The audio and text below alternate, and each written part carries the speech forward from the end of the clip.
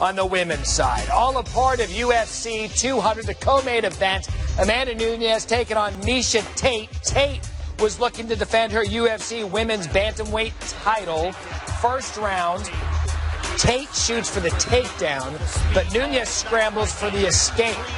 Tate was in trouble early in this one, and right then you had the indication that, we could be seeing an upset. You see there, Nunes counters, more punishing straight right hands. Tate then backed up against the cage. Big combos from Nunes, and then the takedown, you see it, that would be the end of the title run for Miesha Tate. Nunes wins via first-round submissions, kisses her girlfriend after the fight, fellow UFC fighter Nina and Sarah. Nunes now on a 4-fight win streak in UFC. So here's a look at what happened in 200. It was an action-packed night in his return to the octagon. Brock Lesnar defeated Mark Hunt by unanimous decision. It was Lesnar's first win in a UFC bout since 2010. The light heavyweight bout, this one good too. Remember, Daniel Cormier, he also won by unanimous decision. He defeated Anderson Silva.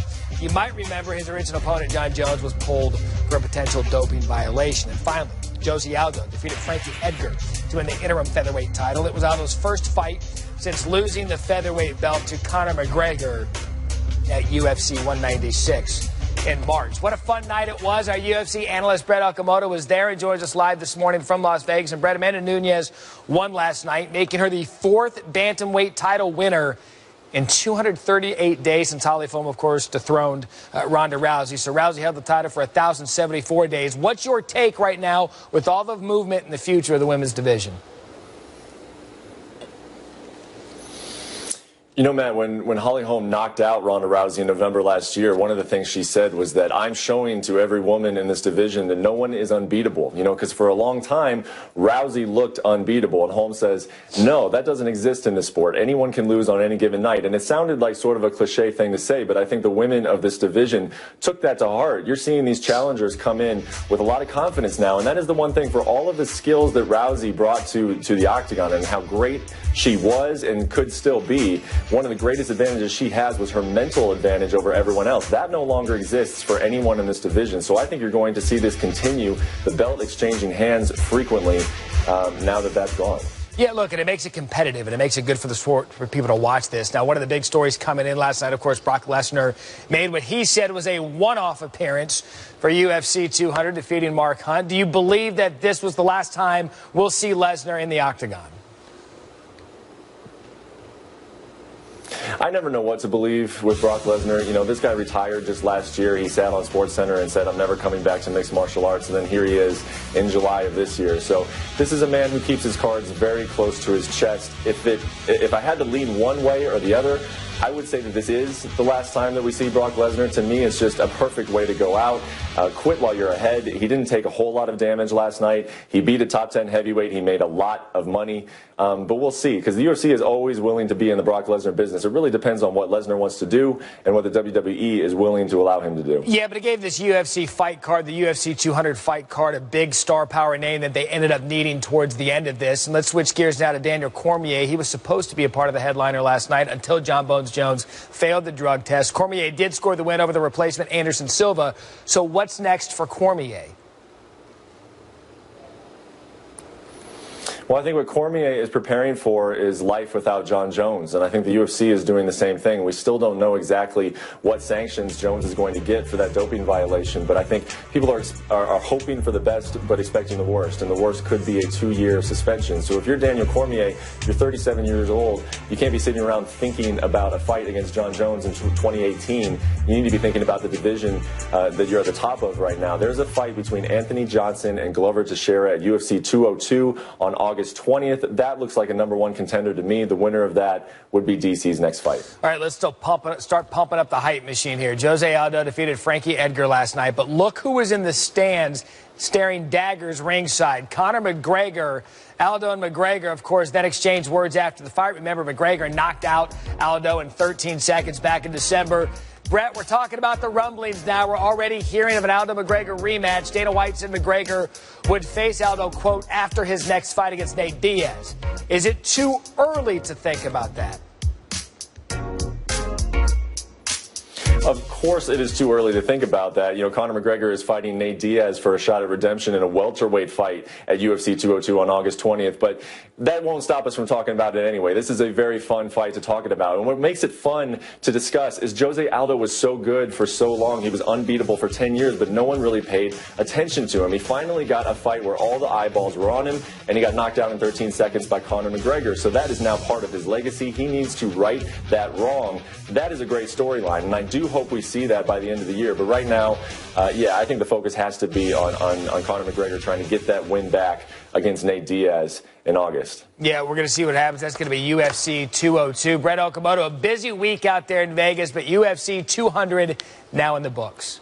So we talked about the countdown. Let it begin for UFC 202. We just mentioned it there. Features the highly anticipated rematch between McGregor and Nate Diaz. Remember, it was Diaz who won back in March at UFC 196 with just over a month until the fight. The odds makers currently have McGregor as the slight favorites. All right, Tom, thank you so much. Let's go back to Las Vegas last night. Daniel Cormier would have been the lead in this show if John Jones had passed his pre-fight drug test. Instead, Cormier taking on Anderson Silva, who got the fight on 2 days' notice. Non-title fight, 3 rounds, and the winner was booed. Daniel Cormier booed by the fans in attendance because of the fact that he took Silva down to the ground. It's kind of a ground-and-pound match. It wasn't as electric or full of strikes, perhaps, as the fight with Jones would have been. Cormier would win, unanimous decision, 30-26 across all cards. Jonathan Coachman has more from Las Vegas. Randy, thank you very much. Welcome back to the T-Mobile Arena here in Las Vegas. Chael Sonnen and the coach. And now it's time, Chael, for us to look forward. What's next? Let's start at the top. Brock Lesnar, he said at the time it was a one-off, but he also said after he won on Saturday, let's take one day at a time. What do you think his future is in the UFC? I do not think he'll be back. Now, I certainly hope he is. I'll tell you this, Coach. Not very many athletes, particularly in this field, get to go out on top, get to go out on their terms. Brock was one of those statistics. 5 years ago when he walked away, he did not walk away on top. He was essentially carried into the back. He came back. He said, I just want to give this one more try. This is about me going out there and do something I want to do and leave it on my terms. Now he's had success. He can go off. He can ride into the sunset and never look back. The other side of that, Coach, it's a very seductive lifestyle. It's very hard to not walk into a building like this, collect a $15 million paycheck, and have guys talking about you on SportsCenter when it's over. I personally think that he's done, but I hope he comes back. I remember what he said to Hannah Storm the day after, the Monday after the announcement. He said, hey, I'm getting paid a whole lot of money. And he could do that a whole lot of more times if he looks like he did on Saturday night. Now, Daniel Cormier, he was supposed to be in the main event. John Jones out.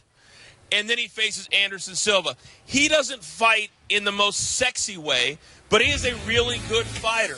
As the light heavyweight champion, what do you think his future is? Look, I think that it's very bright. The only thing that Daniel Cormier needs is an opponent. Daniel Cormier, as good as he is, he's a great guy. He's likable. He's well-spoken. The problem is he has no records. He's got a gold belt that says he's the best, but he has no pay-per-view records. He has no live gate records. He has no T-shirt sale records. For some reason, the crowd just hasn't quite latched on to Daniel. On the other side of that, if you insert John Jones, you could have one of the biggest pay-per-views in history, if not recent memory.